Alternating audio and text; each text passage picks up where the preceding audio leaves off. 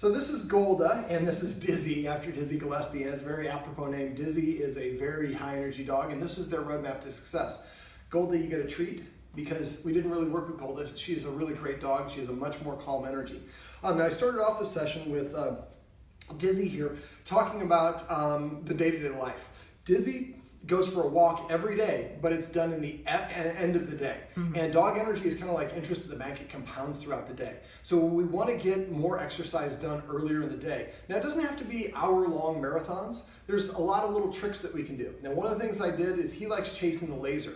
The guardian may want to stand right here where the paper towel is and run him down the hallway there, then run him over here, and then with the laser on the ground. And I would call that a lap. Run to that wall back, and then this wall back, and then here, that's one.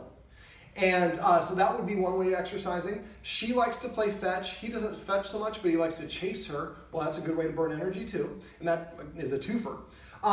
Something else we can do is there's something called a dog backpack. It looks like a dog saddle, like a saddlebag for a horse. Now, if you get one, don't get a really expensive one. Don't get a really cheap one. You want to get one like around the $60 to $100 range.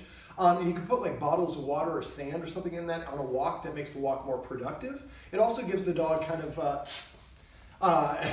gives the dog a job to do, which helps to keep them out from getting in trouble. Now, your average dog needs 45 minutes of exercise a day. He probably needs an hour and a half or greater. What I'd like the guardians to do is start an exercise journal. Just get a spiral notebook, write both dogs' name at the top, write the number of how long the walk was, and the time. How many fetches, how many laps with the laser, whatever it was. If we're using the dog backpack, we use the dog backpack and what was in the dog backpack. And then at the end, write those times down throughout the day. At the end of the day, each one of the guardians should assign each dog a letter grade, A through F. And then then the next day we vary up the interval. So maybe instead of fetching 15 times, we fetch 20 times. I can fetch my dog about 41 times in about 12 minutes. And that is good for a couple hours. The idea is to keep this journal for about a month. And each day we write down all the times and the duration of our exercise until we eventually get to the point where the dog we give him an A, both behavior is an A for that day. Now we know what we need to do to exercise to put him in a position to succeed. A lot of his rambunctiousness, I think, is related to having too much excess energy. So when he starts chewing the wrong things or gets rambunctious, I want the guardians to interpret that as his way of saying, I need some exercise. Okay, so exercise is going to help make fixing these problems easier, but it's not going to fix the problems themselves. Now, they're going to do a little bit of playing. We'll let them be preoccupied while we talk about some of these other things. Now, I want dogs, the dogs really didn't have any rules. And as a result of that, and this is just play. It sounds very rough. I know. There we go. So we'll interrupt them a little bit because this is not good footage. But basically, letting them play and romp around is good, but that should not be a substitute for exercise. Okay, so I asked the guardians what rules were in place, and really they would prefer the dogs don't jump up on them and eat food off their plate during a meal. But really, besides that, and that's really more of a wish, they don't have any rules. Now, it was okay for Golda, who is a pretty laid-back dog and doesn't have this sort of boisterous energy. He's younger, he's higher energy, and so he needs rules and structure. Really, both of them would be benefit from it.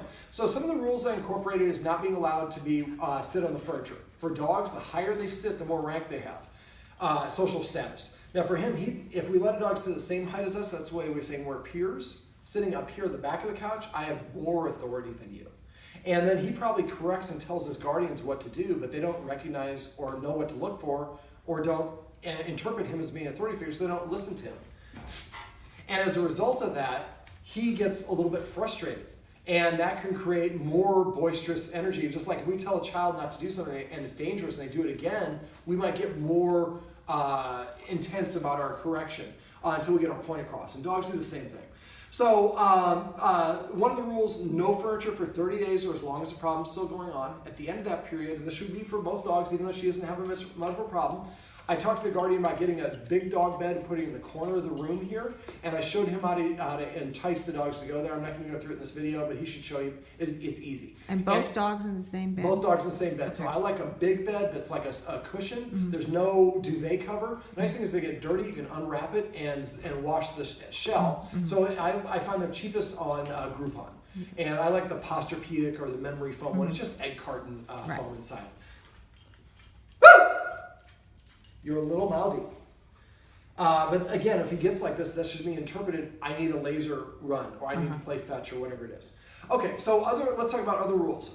They have kind of an L-shaped couch in the living room. There's kind of a carpet around that, and there's an L-shaped section between the couch and the table. If there's anybody that's eating food there, the dog should not be allowed on the carpet at all. We're going to use the first, second, and third escalating consequences to merge them off, which I'll go through in a minute. Now, when we're not eating food, the dogs can come and go as they please, unless they try to shove their way past you. If there's only a little bit of room between the table and your knees, and they try to shove, don't allow them to go through that.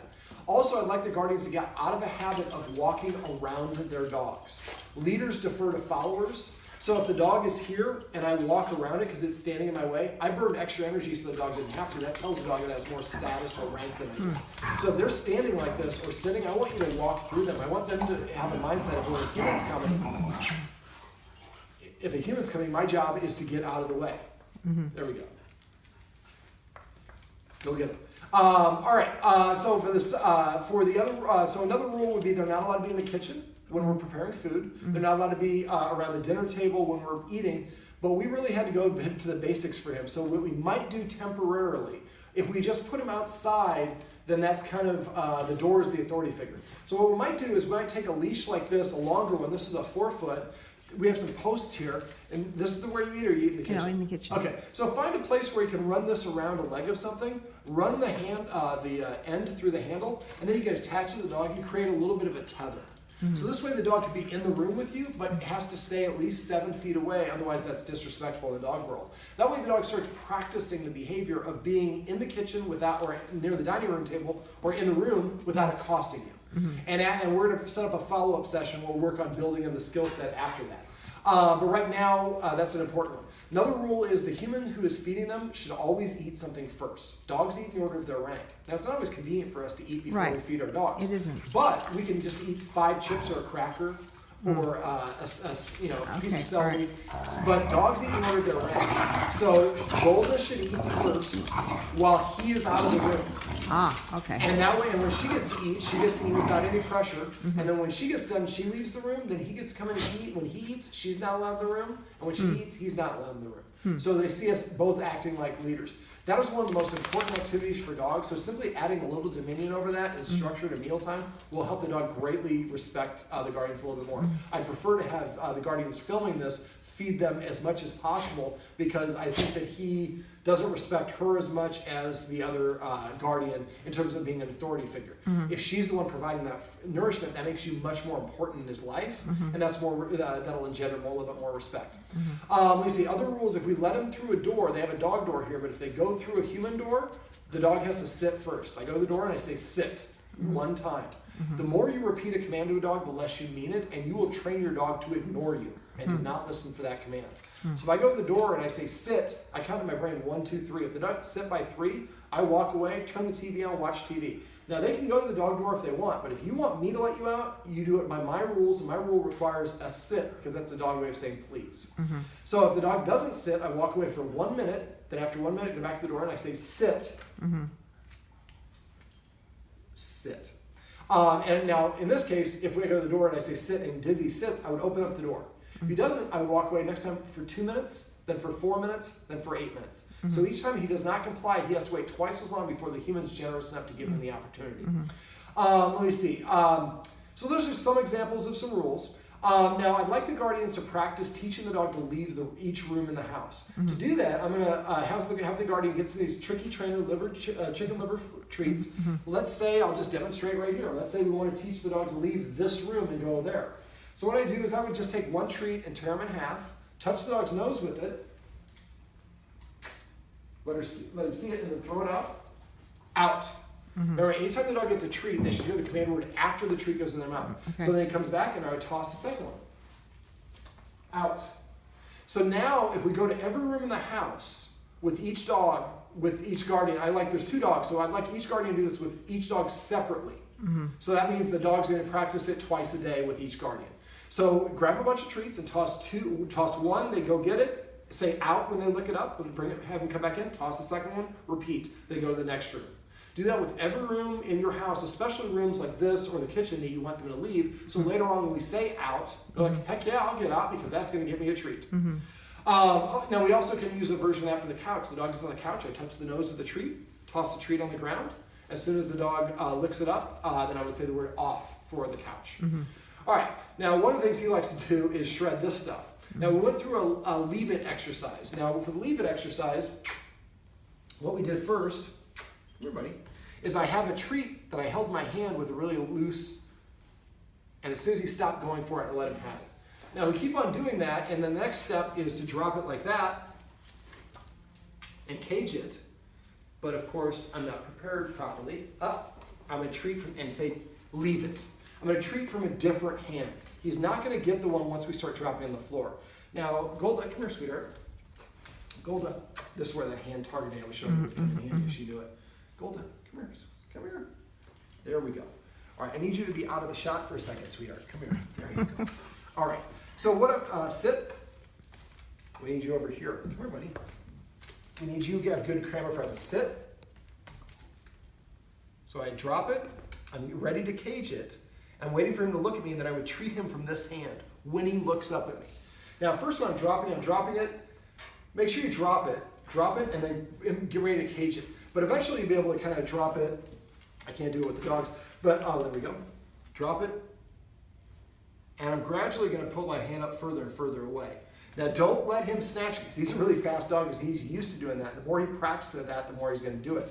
So the Guardians here, we're moving a little bit slow because this is new for them. So I want them at first, when you start dropping it, drop it like 1 inch and then immediately pull your hand out, and if the dog goes for it, cage it. And eventually you're going to be able to drop it and hold your hand 1 inch over, and they're not going to go for it. Then you can start raising your hand up, but keep your hand in a position so you can go back and cage it as you need to. The idea is to gradually elongate this. Now, this is a leave it exercise. I'd like the Guardians practice in different parts of the house. A lot of us tendency to practice in one area. The dog can perform really well in that area, but not elsewhere. So make sure each time you do this, you practice in a different part of the house. I'd like to, when you practice this, I'd like to have about 5 to 10 of these treats for each practice round. And I'd like each Guardian to practice this. Well, I'd really like each Guardian to practice once a day, but for the Guardian who's filming it, she probably would be better served for the first week to do. And we're going to do this for about a week, but if she can do it twice a day, that would probably help accelerate her process a little bit. Eventually we'll get to the point where I can just drop it like this and not even have to cage it, drop it, and it bounces over there, and the dogs don't even move because they know that I don't get it at all. Now remember, don't give them the piece that's on the floor. Pick it up, because that's the idea is if I'm passing something that's nasty the dog wants to eat, I say leave it, they look up at me, and after we pass it, then I give them a treat or something else later. Now, something else is he really likes to steal things. Now, I'm going to go ahead and show you. Drop. So when he has an object in his mouth, not when he's holding it here, but he's got it exclusively in his mouth, we're just going to take a treat, literally touch his nose and say the word drop. Now, normally we would, we want to do this with low value items. This is kind of a high value item. It's really not for us, but this is something he really wants. So we want to practice it with him. He has a bone, a ball, something he's allowed to have at any point. This stuff we're going to take away. So if I hold on to it, then I get your attention. And for dogs, attention from us is validating and rewarding, even if it's bad attention. And so a lot of us, we train our dogs to misbehave because every time he goes grab some of these and he runs around the house, we chase him. Well, that's his way of saying, paging, Guardians, time for you to play with me. And again, that should be interpreted as, I need to take him out, play a little game of fetch. So basically, when he has a low value item in his mouth, grab a treat, walk over to him, touch his nose with it, and wait for him to drop. Don't tell him to do anything. As soon as he drops it, pop the treat in his mouth, say the word drop after. The Guardian and I had a little talk about trainers versus behaviors. And so a trainer would do things to lure the dog into a drop. A trainer, or behaviors would just simply create a situation. And when the dog does the thing we want, they get rewarded immediately. Remember, you have 3 seconds to correct or reward your dog. So if the dog coincidentally, every time, after a while, you just look at the dog and it does the thing that you want. Well, like for the leave it exercise, when he looks up at me, that's when I treat him. And now a trainer, as soon as they stop going for it, they would give you the treat. But I want to take it one step further and have him look at the Guardian. So, all right, so now for these sort of things, we actually take something like this away. I might give him like a bully stick or something after I take it away. But remember, you put the treat in the mouth first, then pick up the item, and then trade him with something equal or greater value if it's a higher value item like a shoe or a water bottle or a paper towel. But the idea, if it's his toy, he drops it, I pop the treat in his mouth, say the word drop, and then he gets his toy back. So that's really where you should put most of your onus on the practice.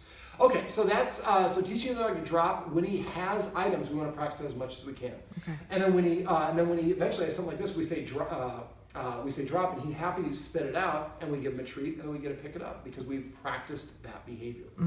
Now, let me see. So that's the drop, and I like the Guardians to really emphasize that for a week or two, for about 2 weeks. So that's not something you're going to practice a lot. You have to wait for him to have something in his mouth. So, but when he does that, do that as much as you can. Now, let me see. What are the other exercises we went over? Leave it, drop. Focus. So focus is I'm going to have a handful of treats here, and I'm going to keep the dog, and we'll do it with Golda here, if we can. So I have a handful of treats. I'd like to use about 12 treats in my offhand. I'm a righty, and I'm going to make 2 fists. I'm going to hold the one in my left hand and my right hand because I'm a righty between the thumb and forefinger, and I'm holding it against my knee to protect it. Now I'll go ahead and show you a little bit. It's actually easier from the side to see it from the side. So he's going to go where I'm watching his eyes. As soon as he looks at me, I'm raising my nose. Focus. Now it should be 1 second, 1 second. That was a little bit slower than I normally like to do. Let me show you how it should be. Focus.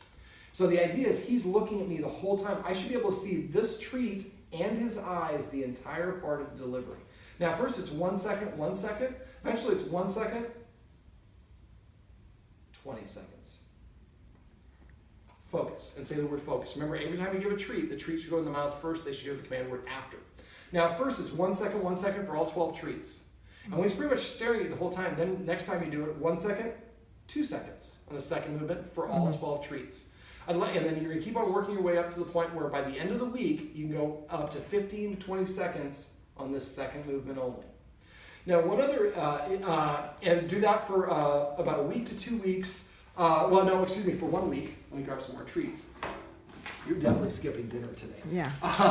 But we want to do that one for a week, and we want to get up to that 15-second mark within a week. I don't know if we're going to have time for all this stuff. I'm kind of half kidding. But sure. And so if you can't, what we really want to do is try to put as much emphasis in this stuff as we can for a short period of time. This is not a lifestyle. Right. We're just jump-starting all these behaviors to begin with. Yeah. And it's much more effective. We can really pound it out. And each one of these exercises really shouldn't take longer than a minute each. Right. So there's about 5 of them I'm going to show you. So you're talking really about 5 to 10 minutes a day. Now, what's he doing? He's on the couch, but we're going to allow that because we got to finish Okay. this video.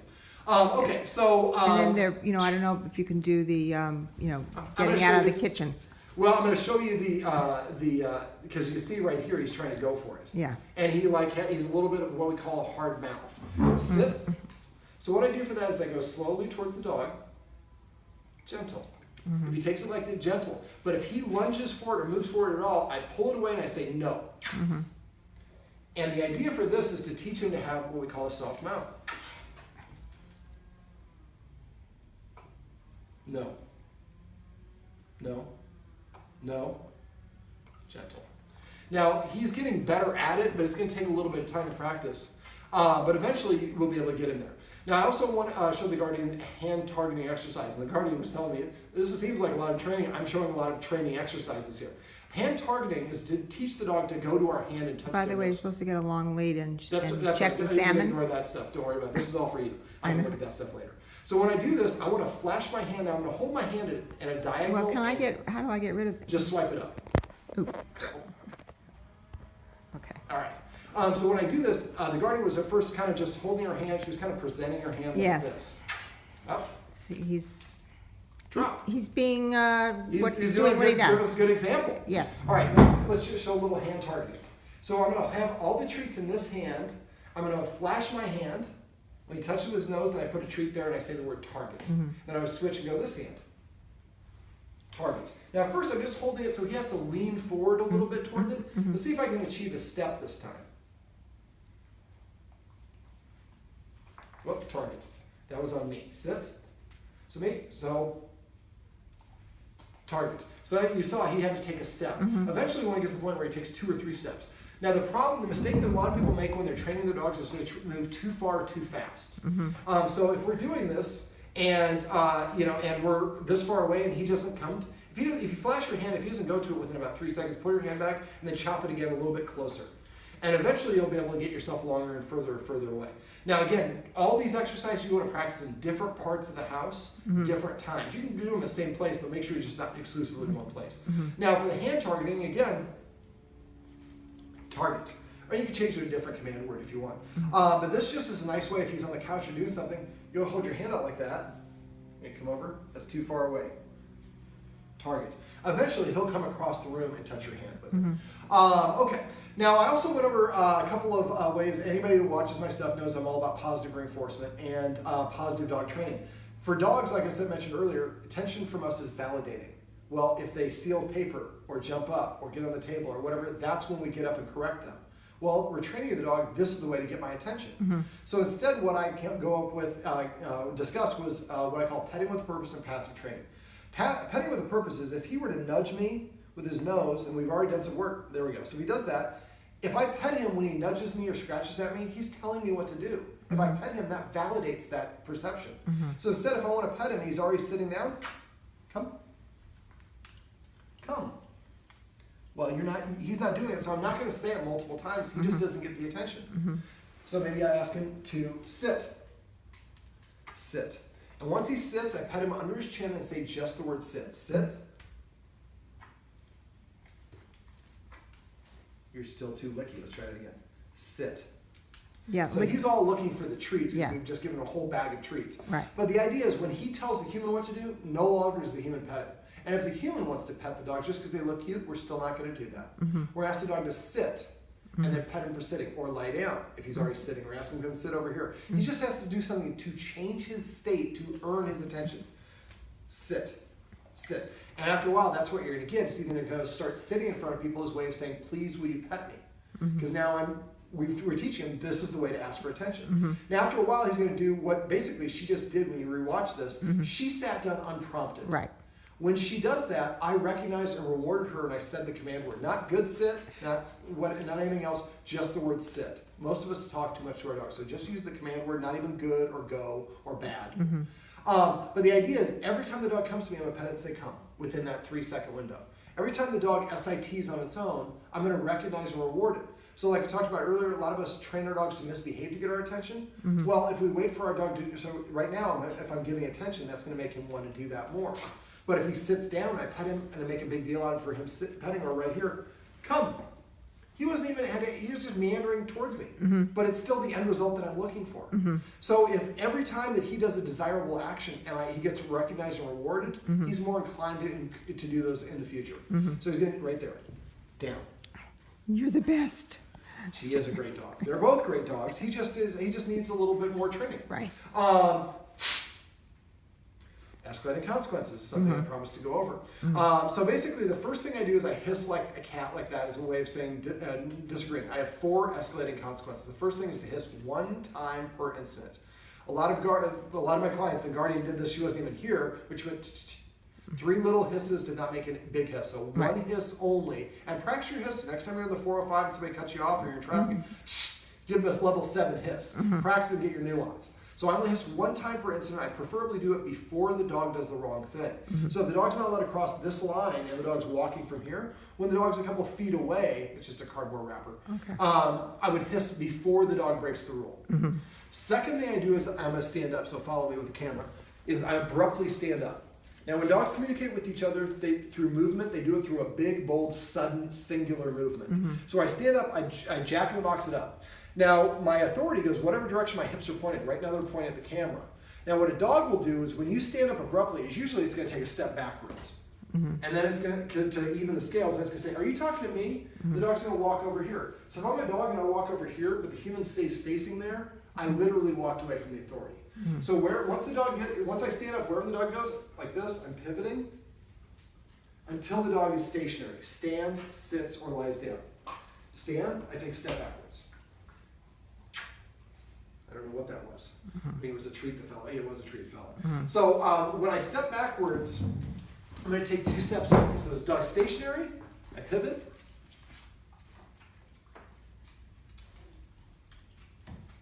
Stationary, I take 2 steps back, and I pause for 1 second, then I can go back to doing what I was doing.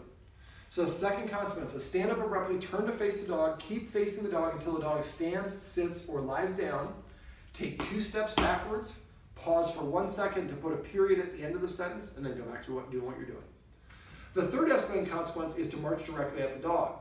So if the dog is facing me, this is confrontational orientation. Sideways is a more approachable, polite invitation. So the dog shouldn't be here. What I'm going to do is I'm going to march directly at the dog until the dog turns sideways.